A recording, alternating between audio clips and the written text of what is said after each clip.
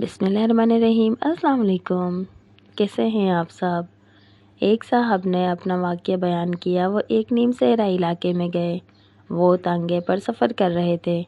اتنے میں آندھی کے آثار ظاہر ہوئے تو تانگے والے نے اپنا تانگا روک دیا۔ اس نے بتایا کہ اس علاقے میں بڑی ہولناک قسم کی آندھی آتی ہے۔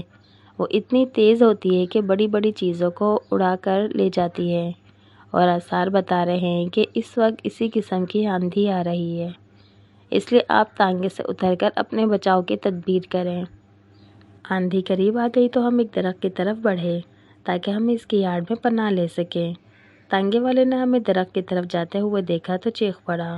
اس نے کہا، آپ درخت کے نیچے ہرگز نہ جائیے، اس آندھی میں بڑے بڑے درخت گر جاتے ہیں، اس لیے اس موقع پر درخت کی پناہ لینا بہت خطرناک ہے۔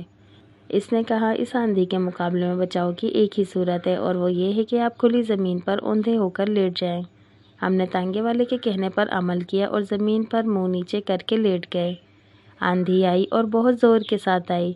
وہ بہت سے درختوں اور ٹیلوں تک کو اڑا کر لے گئی، لیکن یہ سارا طوفان ہمارے اوپر سے گزرتا رہا اور زمین کی سطح پر ہم محفوظ رہے۔ کچھ دیر کے بعد جب آندھی کا زور ختم ہوا تو ہم اٹھ گئے۔ ہم نے محسوس کیا کہ تانگے والے کی بات بالکل درست تھی۔ آندھیاں اٹھتی ہیں تو ان کا زور ہمیشہ اوپر اوپر رہتا ہے۔ زمین کے نیچے کی سطح اس کی براہ راست زد میں محفوظ رہتی ہے۔ یہی وجہ ہے کہ آندھی میں کھڑے ہوئے درخت تو اکھڑ جاتے ہیں، مگر زمین پر پھیلی ہوئی گھاس بدستور قائم رہتی ہے۔ ایسی حالت میں آندھی سے بچاؤ کی سب سے زیادہ کامیاب تدبیر یہ ہے کہ وقتی طور پر اپنے آپ کو نیچا کر لیا جائے۔ یہ قدرت کا سبق ہے جو بتاتا ہے کہ زندگی کے طوفانوں سے بچنے کا طریقہ کیا ہے۔ اس کا سادہ طریقہ یہ ہے کہ جب آندھی اٹھے تو وقتی طور پر اپنا جھنڈا نیچے کر لو۔